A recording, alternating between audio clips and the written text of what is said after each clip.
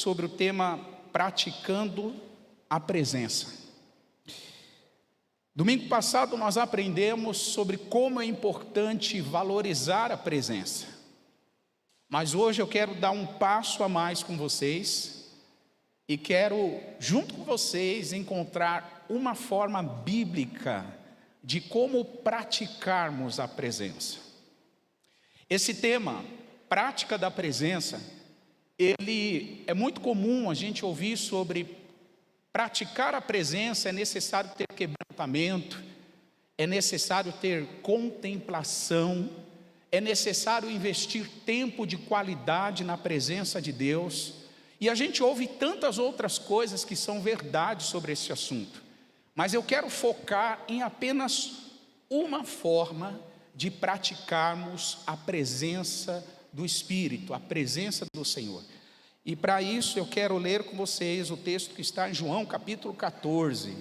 Abre comigo a sua Bíblia, João 14, verso 21 a seguir. João capítulo 14 e verso 21. Diz o texto: aquele que tem os meus mandamentos e os guarda, este é o que me ama. E aquele que me ama será amado do meu Pai, e eu o amarei e me manifestarei a ele. Disse-lhe Judas, não Iscariotes: Senhor, de onde vem que te hás de manifestar a nós e não ao mundo? Jesus respondeu e disse-lhe: se alguém me ama, guardará a minha palavra. Você pode dizer isso comigo? Se alguém ama Jesus, guarda a sua palavra. E Jesus continua dizendo: e meu Pai o amará, e viremos para ele e faremos nele morada. Quem não me ama, pode seguir. Quem não me ama, não guarda as minhas palavras. Ora, a palavra que ouvistes não é minha, mas do Pai que me enviou. Tenho-vos dito isso estando convosco. Mas aquele Consolador, o Espírito Santo, que o Pai enviará em meu nome, vos ensinará todas as coisas e vos fará lembrar de tudo quanto vos tenho dito.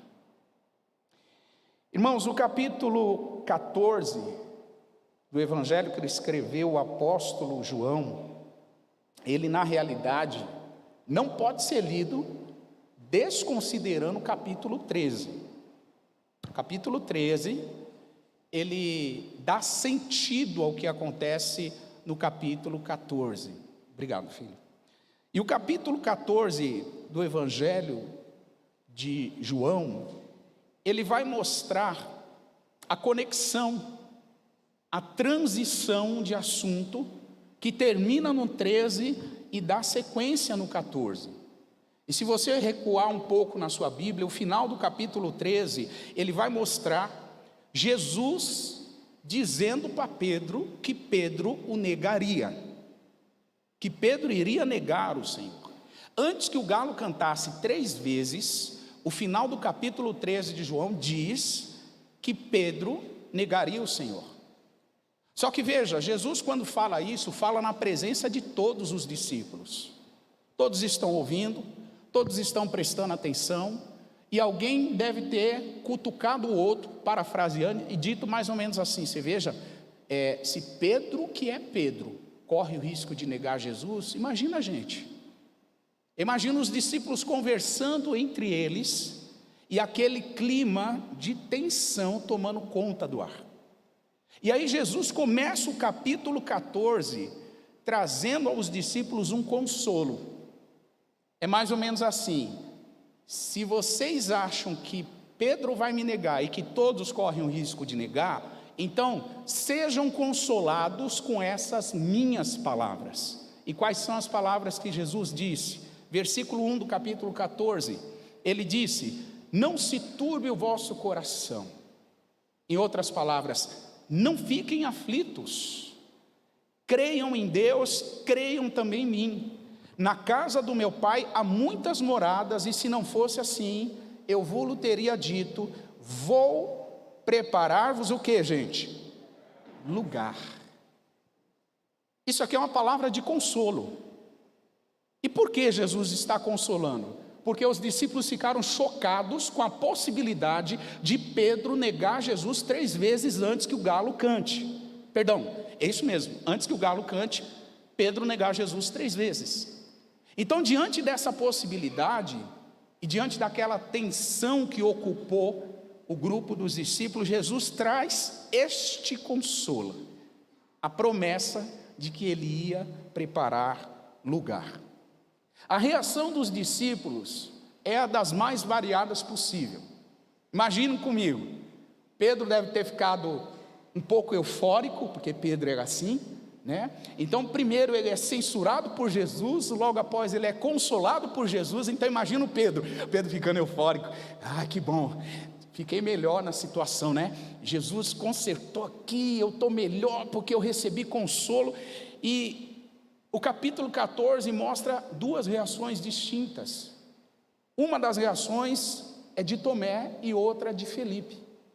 O Tomé, no versículo 5, ele vai dizer: Senhor, nós não sabemos para onde você vai, como podemos saber o caminho?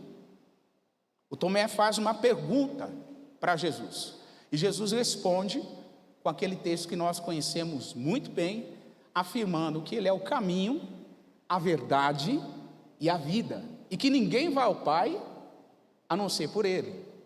O outro discípulo que reage é o Felipe, e no versículo 8 Felipe diz assim: Senhor, mostra-nos o Pai, e isso nos basta. Então Felipe tem uma reação, Tomé tem uma outra reação, e os discípulos estão ouvindo a palavra de consolo de Jesus diante da correção de Jesus para Pedro, que ele, antes que o galo cantasse, o galo não vai negar, né? Antes que o galo cantasse, Pedro negaria Jesus 3 vezes. Então, olha que interessante, é esse o contexto que a gente está aqui, no finalzinho do capítulo 13 e início do capítulo 14. E aí Jesus faz uma promessa dupla. Diga isso comigo: promessa dupla. Olha o que diz o verso de número 3. Jesus fala o seguinte: e se eu for e vos preparar lugar, eu virei outra vez e vos levarei para mim mesmo, para que onde eu estiver, estejais vós também.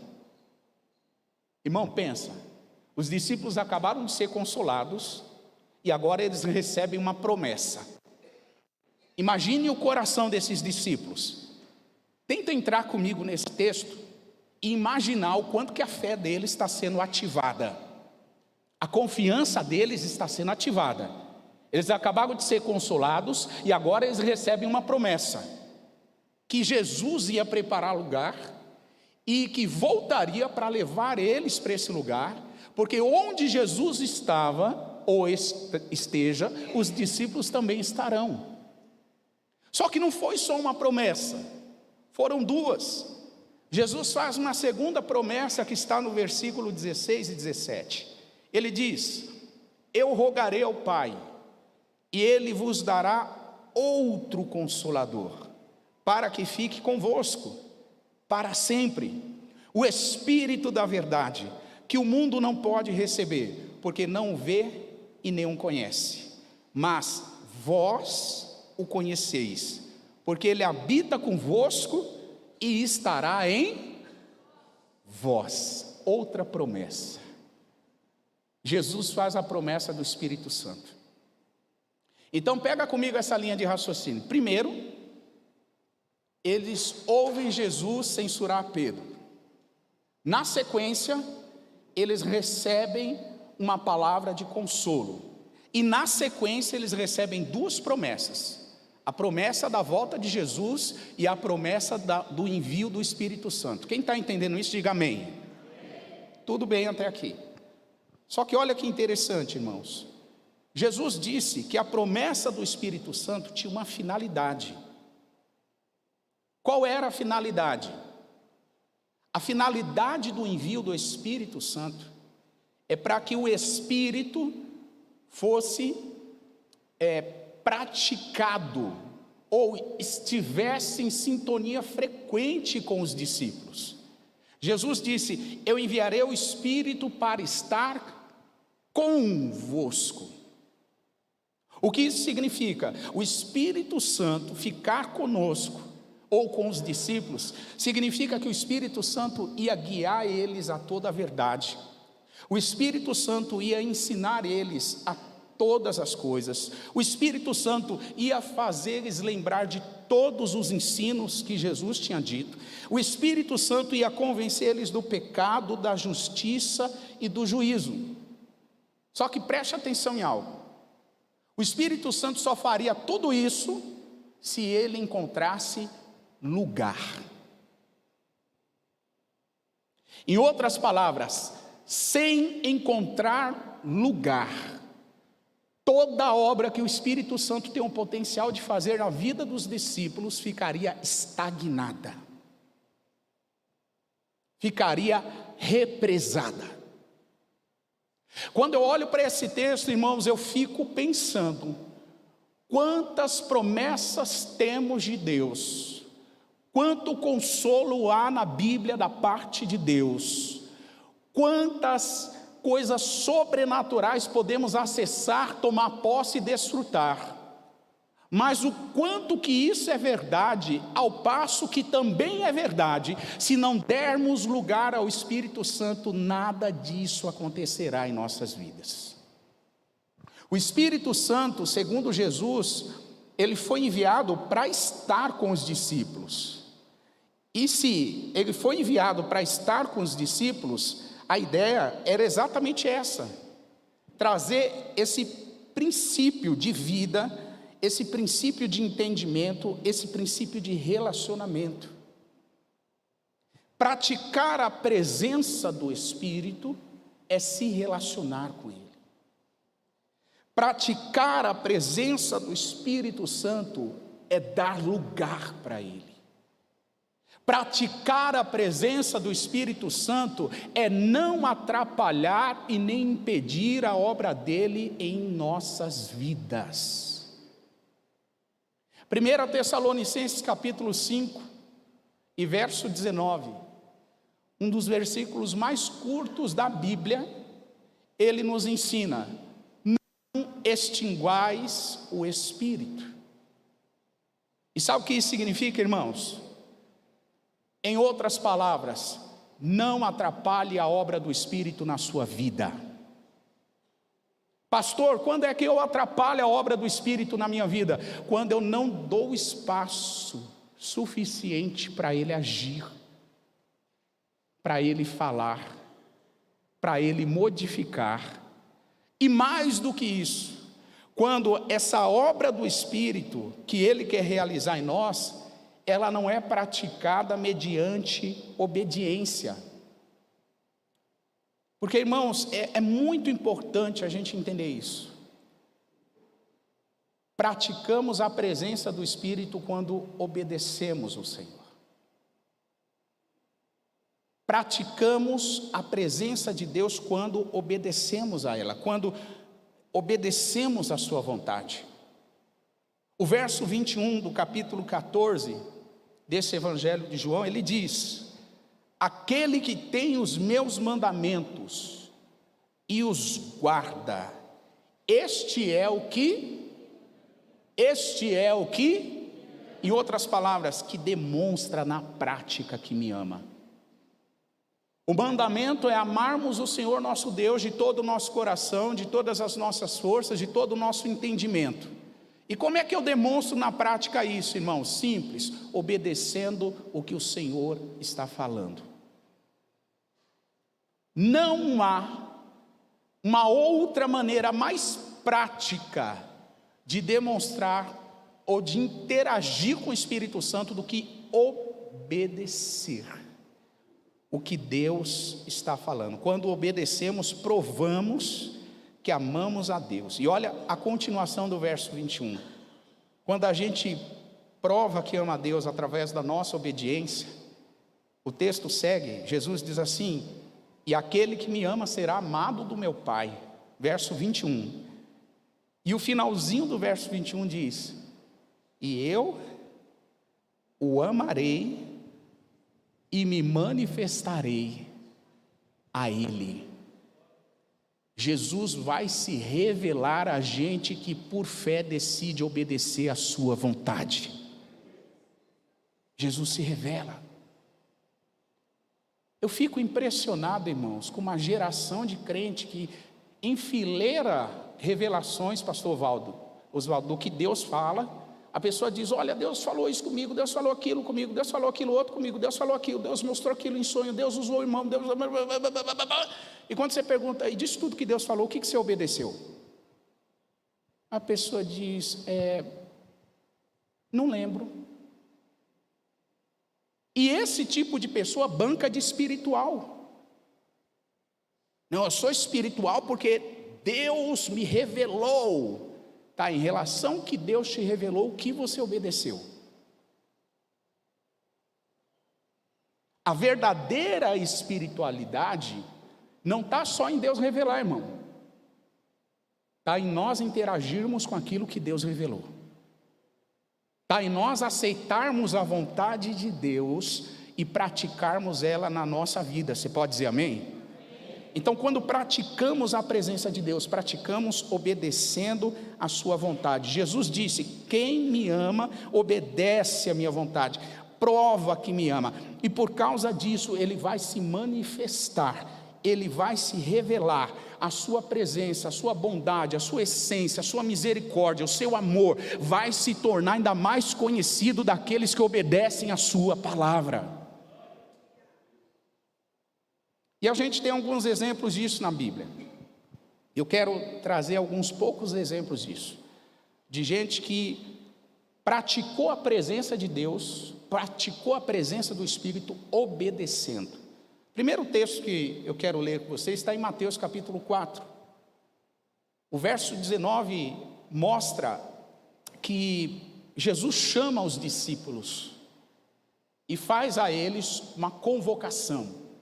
Diz assim: venham após mim, e eu vos farei pescadores de homens. Só que no versículo 20, isso aqui poderia ser maravilhoso, né? Os discípulos dizerem: eu ouvi do próprio Jesus. Eu conheço crente que fala isso. Eu ouvi o próprio Jesus me chamando para evangelizar. Eu ouvi o próprio Jesus dizendo para mim: coloque a mão sobre os enfermos e eles serão curados, coloque a mão sobre os possessos por demônios e eles serão libertos. Eu ouvi do próprio Jesus. Mas a questão não é você ouvir, meu irmão. A questão é o que você está fazendo em relação ao que você tem ouvido. Porque os discípulos também ouviram. Tem muita gente que ouve, mas não faz nada. Tem muita gente que foi arrebatada aos céus, desceu no inferno, e piriri, pororó, mas não faz nada. Absolutamente nada. Os discípulos, quando ouvem a convocação de Jesus, o versículo 20 vai dizer que eles respondem prontamente. Você pode ler o verso 20? 1, 2, 3.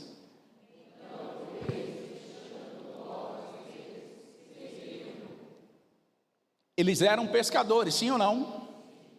Deixar a rede para eles representava perca financeira, sim ou não? Mas eles adiam a convocação que Jesus fez para eles? Eles dizem para Jesus: deixa eu fechar esse mês, porque no próximo eu tenho muita conta para pagar, e aí eu fecho esse mês, e depois eu vou te atender. Eles dizem isso para Jesus? Não, né, irmão? Sabe o que eu aprendo com esse texto? As pessoas que praticam a presença do Espírito são pessoas que dizem sim para Jesus prontamente. Sim, é agora, não é amanhã, não é daqui a uma semana, não é daqui a um mês, não é daqui a um ano, é agora. Eles prontamente deixaram as redes. Eles logo deixaram as redes e seguiram o Senhor. Em Mateus capítulo 9, tem a história de um outro discípulo que ouve esse chamado, que é Mateus, e a Bíblia também vai seguir o mesmo padrão, irmãos. Olha o que a Bíblia diz. Jesus passa, vê Mateus assentado numa alfândega e diz para ele: segue-me. Mateus capítulo 9 e verso 9. E a palavra vai dizer no final do versículo 9, que Mateus faz o que, gente? Ele levanta-se e o seguiu. Levanta-se e segue. Irmãos, eu fico pensando que às vezes só falta a gente se levantar e seguir. Tudo que nós precisamos já está pronto. Tudo que nós precisamos já está liberado. Tudo que nós precisamos já está. Ele é o Deus que faz caminhos no deserto.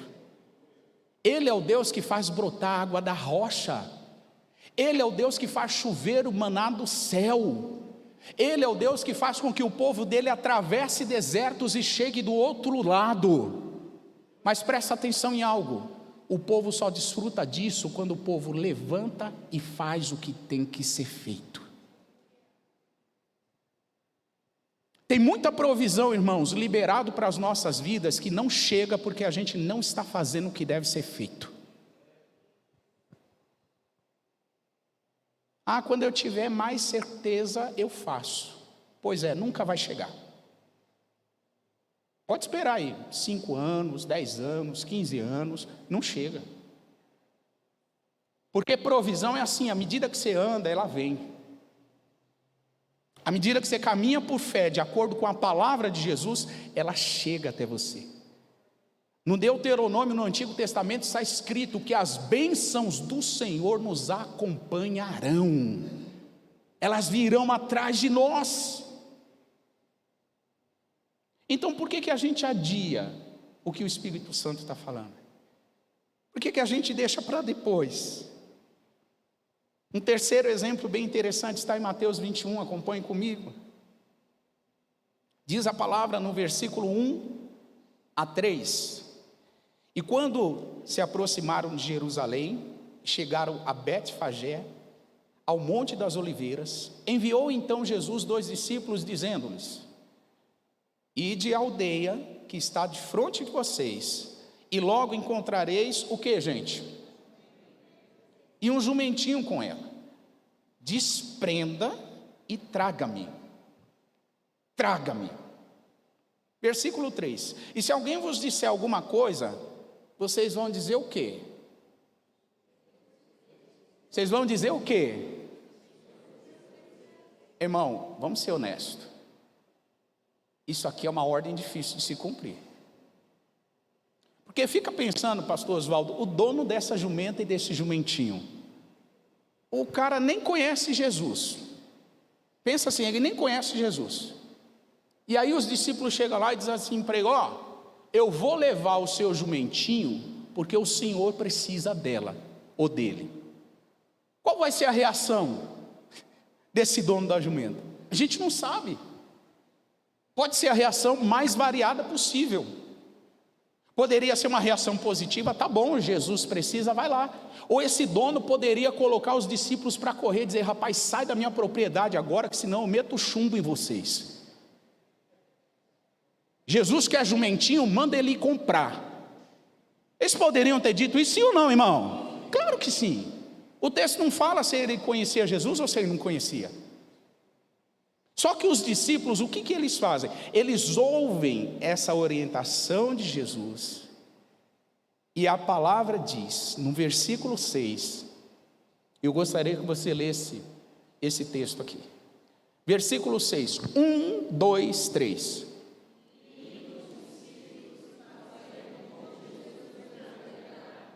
Parou. Eles foram e fizeram exatamente o que Jesus ordenou. Olha para a pessoa que está do seu lado e pergunta para ela assim: será que não está faltando você fazer exatamente o que Jesus lhe ordenou?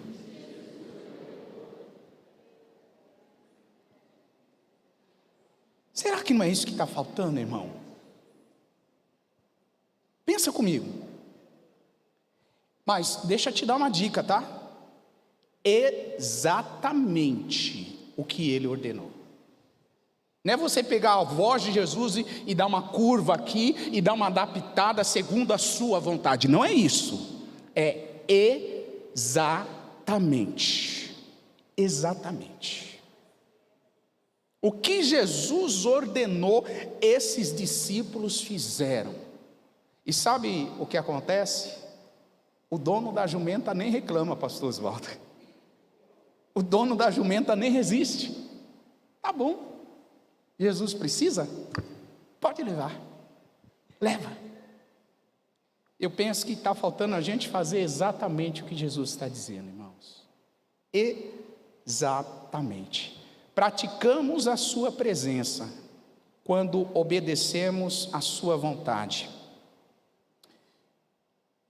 Nós fomos formados em uma geração que muitas pessoas ditas espirituais, que acumulavam revelações, elas falavam revelações e bancavam a espiritualidade baseado no que Deus revelava para elas, e não baseado no que elas obedeciam da vontade de Deus.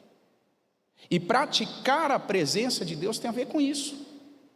Não tente me convencer que alguém é íntimo porque ouve muita voz de Deus, ou porque tem muito sonho, ou porque Deus se revela para ela. Isso não quer dizer intimidade. Uma pessoa íntima é a pessoa que ouve e corresponde. Ouve e interage. Fome e sede pela presença de Deus, sem intenção de obedecê-lo, é engano. Eu vou repetir isso. Fome e sede pela presença de Deus, sem a intenção de obedecer quando Ele falar, é engano. Engano.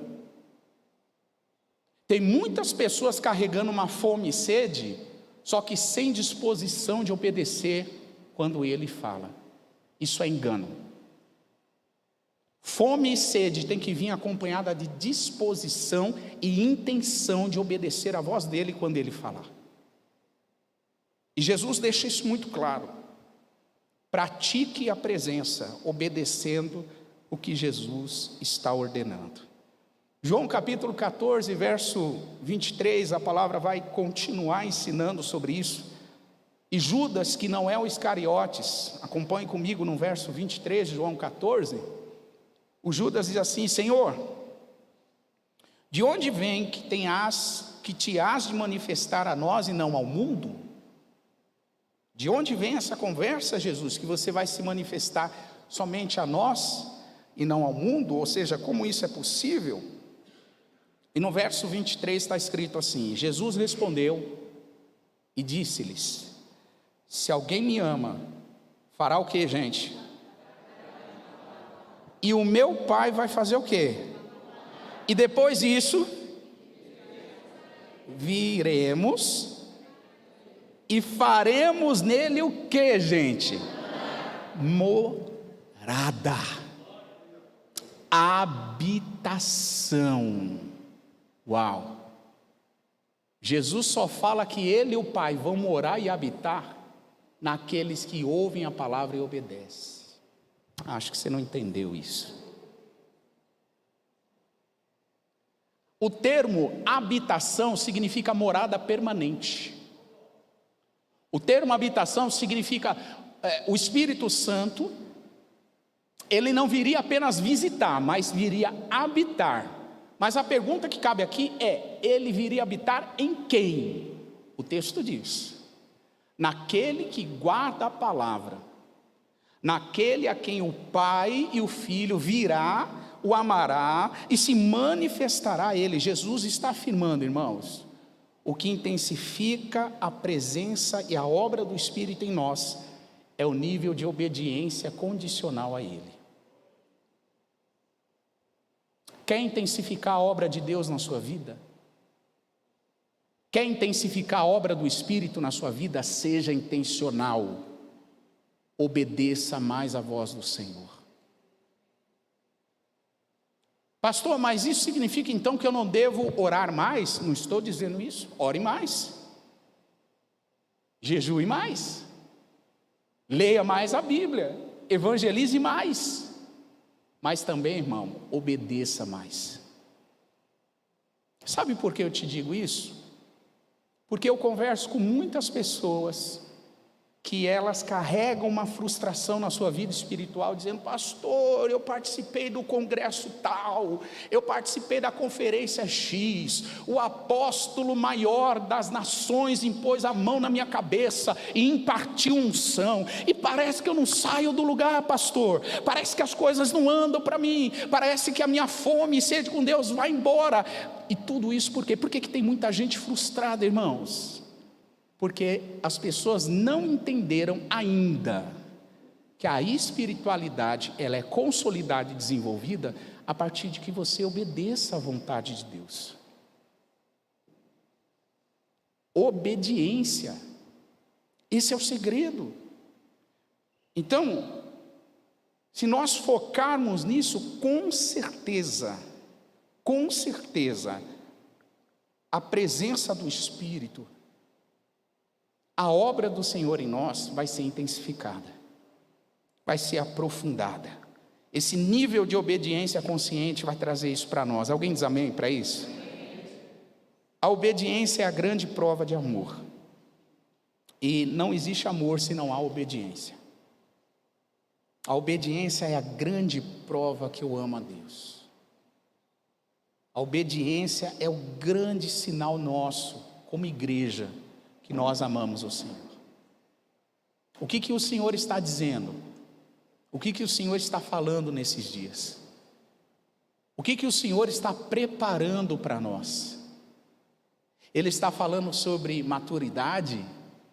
Ele está falando sobre nós olharmos para dentro de nós e cuidarmos melhor do nosso interior? Ele está falando para nós cuidarmos melhor da nossa família?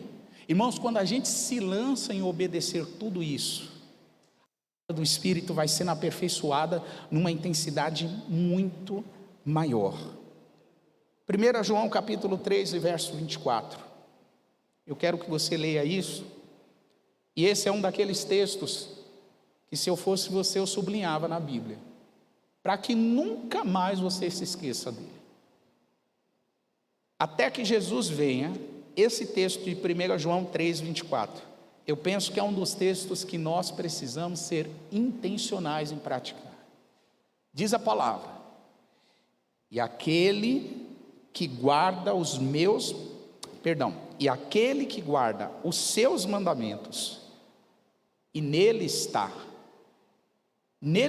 e ele nele. Em outras palavras, o que guarda os mandamentos do Senhor, essa pessoa está nele, e Jesus também está nessa pessoa.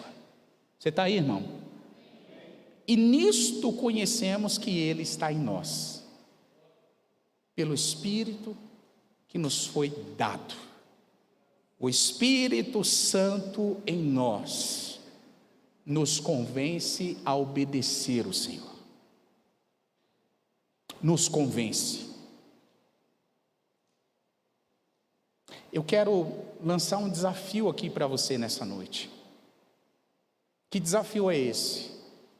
Busque obedecer a voz do Espírito naquilo que Deus está lhe falando. E com certeza, não faça curva, não ajuste a sua vontade, obedeça exatamente o que Ele está falando. E com certeza a sua vida espiritual vai sofrer uma revolução. A sua vida espiritual vai ser outra. Porque a gente precisa ouvir o Espírito Santo e obedecê-lo. Não desconsiderar a voz dele, mas considerar a voz dele. Atos capítulo 11. Esse é o último texto que nós vamos ler hoje. E eu quero mostrar a obediência da igreja primitiva, o que isso resultou. Atos capítulo 11, verso 12, a palavra vai dizer: e disse-me o Espírito, disse quem? Que fosse com eles, nada duvidando. E também estes 6 irmãos foram comigo, e entramos na casa daquele varão. Presta atenção em algo, antes da gente continuar a leitura. O capítulo 11 de Atos vai mostrar o Pedro explicando para os judeus o porquê que ele foi na casa do Cornélio, que o Damião leu aqui. Por que que Pedro, sendo judeu, entrou na casa do Cornélio, que era gentil? Então Pedro vai explicar para os judeus, para os líderes judeus, o porquê ele foi. E sabe qual a justificativa que Pedro dá, irmãos? Essa aqui que aparece no verso 12: eu fui porque o Espírito Santo me mandou ir. Perceba algo: os judeus poderiam trazer uma punição contra Pedro. Os judeus poderiam ter dito: você foi e não consultou a gente, você vai ser punido. Mas o Pedro, irmãos, ele estava tão comprometido em ouvir a voz do Espírito, que ele disse: eu fui porque o Espírito falou comigo. Eu fui. E a palavra diz que ele foi com 6 irmãos, entrou na casa do Cornélio, segue a leitura, 13, e contou como viu. E Cornélio contou para Pedro como viu na casa dele um anjo em pé, que lhe dizia: envia varões a Jope e manda chamar Simão, que tem por sobrenome Pedro. Pedro está explicando a história. Pedro vai te dizer palavras para que você se salve, você e toda a sua casa. E o Pedro diz assim: e quando eu comecei a falar, caiu sobre eles o Espírito Santo, como também caiu sobre nós no princípio. Verso 16, ele disse: eu lembrei do que tinha dito o Senhor, quando ele disse: João certamente batizou com água, mas vocês serão batizados com o Espírito Santo. Portanto, se Deus lhes deu o mesmo dom que a nós, quando cremos no Senhor Jesus, quem era então eu, para que pudesse resistir a Deus? Irmão, eu acho que esse é o tipo de pergunta que a gente tem que fazer quando obedecer a voz do Espírito. Presta atenção em algo. Sabe por que muita gente não ouve a voz, não obedece a voz do Espírito? Porque a pessoa sabe que vai ter represália. A pessoa sabe que o inferno vai se levantar. A pessoa sabe que um amigo vai se levantar. Talvez um familiar vai se levantar. Talvez até na própria empresa ou no próprio local de estudo, em algum lugar a pessoa sabe que vai ter uma represália. Por isso ela recua e diz: eu não vou fazer o que o Espírito Santo me manda. Só que olha que interessante, quando a gente faz o que o Espírito Santo manda, o próprio Senhor é responsável pelas consequências. As consequências não serão tuas. Preste atenção em algo. Preste atenção em algo. Se alguns de nós, irmãos, sofrermos alguma consequência por sermos obedientes à voz do Espírito, o próprio Senhor será responsável pela consequência. O próprio Senhor vai ajudar a gente a lidar. E é isso que Pedro está dizendo: quem sou eu para resistir a Deus? Esse é o tipo de pergunta que o Senhor quer que a gente tenha como igreja. Quem somos nós para resistir à voz do Espírito? Eu sou louco de atrapalhar a obra do Espírito na minha vida? Eu sou louco de desobedecer o que Deus está falando? Verso 18, olha a reação dos irmãos. Vocês podem ler? 1, 2, 3.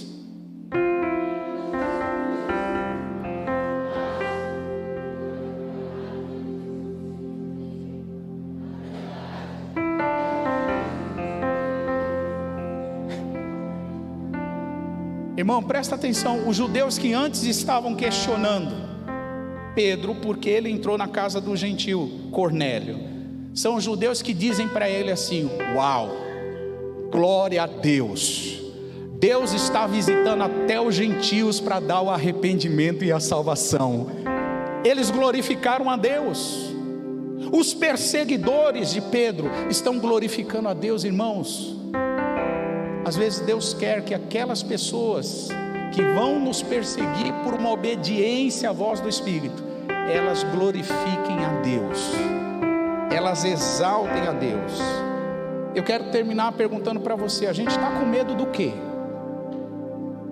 Qual é o nosso medo? Deixa eu te fazer uma outra pergunta: a gente está servindo a Deus ou aos homens, irmãos? A gente está servindo ao Senhor Criador do céu e da terra, ou nós estamos servindo os homens? Nós estamos dispostos a praticar a presença de Deus em nossa vida todos os dias?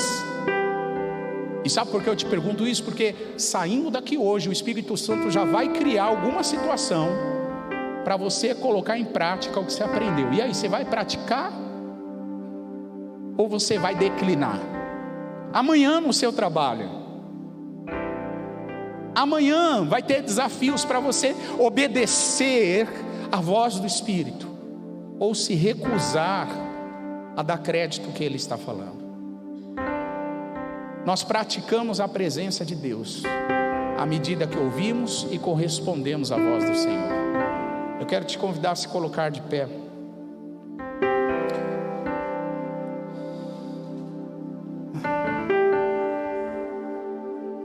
E eu quero te convidar a orar nesse momento. Você pode fechar os seus olhos. Eu não sei o que você vai orar, mas eu vou orar me arrependendo, dizendo: Senhor, me perdoa pelas vezes que eu não pratiquei a Tua presença através da obediência. Eu quero te convidar a orar nesse momento. Pai, obrigado por essa noite. Obrigado pela sua direção, a sua revelação, a sua palavra que nos ensina a sermos obedientes à sua voz. Queremos, Senhor, nos abrir e permitir que a obra do Teu Espírito, ela aumente nesses dias. Queremos interagir com a Tua voz, por isso nos arrependemos nessa noite. Nos arrependemos pela dureza do nosso coração. Nos arrependemos por toda a desobediência. Nos arrependemos por toda a rebelião. Nos arrependemos, Senhor, por todas as vezes que o Teu Espírito torna audível e claro a Sua vontade, e mesmo assim a gente se recusa a praticar. Nos arrependemos nessa noite, Senhor, porque temos medo da reação das pessoas. Quantos de nós carregamos medo da reação das pessoas, da reação da nossa família? Carregamos medo da reação daqueles que convivem conosco, e por isso nós não obedecemos a Tua voz. Por isso acumulamos listas e mais listas de direções de Deus, mas não obedecemos ao Senhor. Nos arrependemos por isso nessa noite, Pai. Queremos pedir que o Teu Espírito gere em nós quebrantamento nessa noite. Toca-nos de uma forma sobrenatural. Toca-nos de uma forma sobrenatural a ponto de não resistirmos, porque estamos ouvindo a voz do Teu Espírito, e diante dessa voz não queremos endurecer o nosso coração. Queremos nos abrir, queremos dar lugar, queremos não atrapalhar a obra do Teu Espírito. Queremos, Senhor, abrir os nossos corações e dizer: faz a Tua obra em nós, Senhor. Faz a Tua obra em nós. Uau.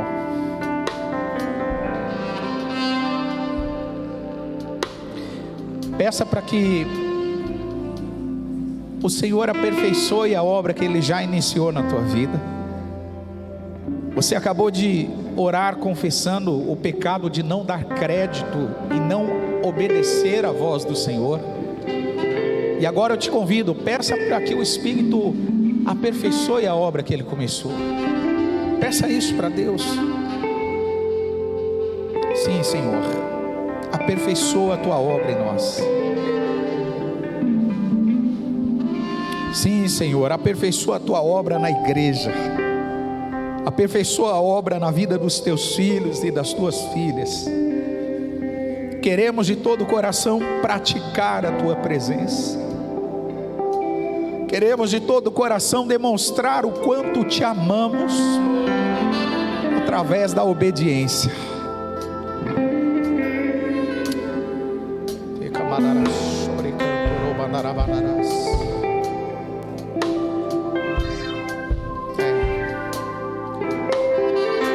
Erga suas mãos, vamos adorar o Senhor. Erga suas mãos, vamos glorificar o nosso Deus, vamos exaltar o Senhor. Exalte a Ele, honre a Ele, glorifique a Ele. Vamos adorá-lo de todo o nosso coração.